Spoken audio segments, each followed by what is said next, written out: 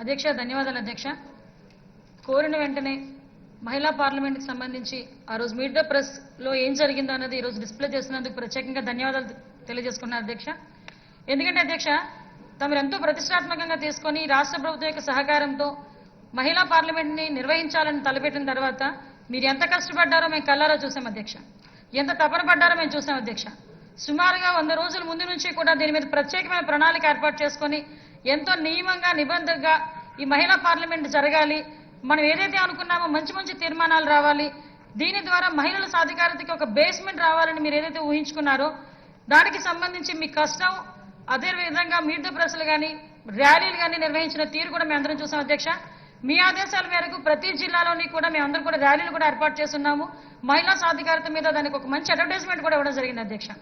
దానిలో భాగంగా ఈ రోజు మీరు ఈ ప్రెస్ మీట్ కనుక చూస్తే అధ్యక్ష, ఈ ప్రెస్ మీట్ లో మీరు 3 అంశాలను గుర్తుంచి పెట్టుకొని ఈ 3 అంశాల్లోని కూడా మహిళల తాలూకా సాధికారత సాధించాలని ఎంతో పర్టికులర్ గా ప్రవేశపెట్టి అందులోని సాధికారత at the same time discrimination, అదేవిధంగా వేధింపులు సంబంధించి అన్నిట్లోని కూడా భయంగా ఉన్న స్త్రీలని బయటకు తీసుకురావాలి, వాళ్ళు సాధికారతకు సాధించిన మహిళల దగ్గర నుంచి స్ఫూర్తి పొందాలి అని ఒక మంచి ఉద్దేశంతో మాటలన్నింటినీ కూడా పక్కన పెట్టి ఏదైతే ఒక విలేకరు అడిగిన క్వశ్చన్ కి దానికి సంబంధించి వాళ్ళకి ఏదైతే కావాలో మ్యాటర్ అదే ఏదైతే షెడ్యూల్లో ఉంటేనే బండ్లు పాడవు, లేదు అనుకుంటే మహిళలు కూడా ఇంట్లోనే ఉంటేనే ఒక్కటి తీసుకున్నారు కానీ దాని ముందు ఉన్న సబ్జెక్ట్ కానీ దాని తర్వాత ఉన్న సబ్జెక్ట్ కానీ వాళ్ళకి కనిపించలేదు అధ్యక్ష.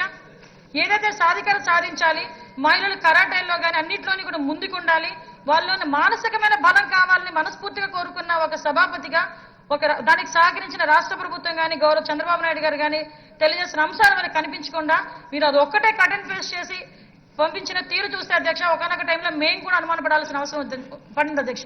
దానికి సంబంధించి తమ వివరణ కోరాము, దానికి సంబంధించి డిస్ప్లే చేయమని చేశారు అధ్యక్ష.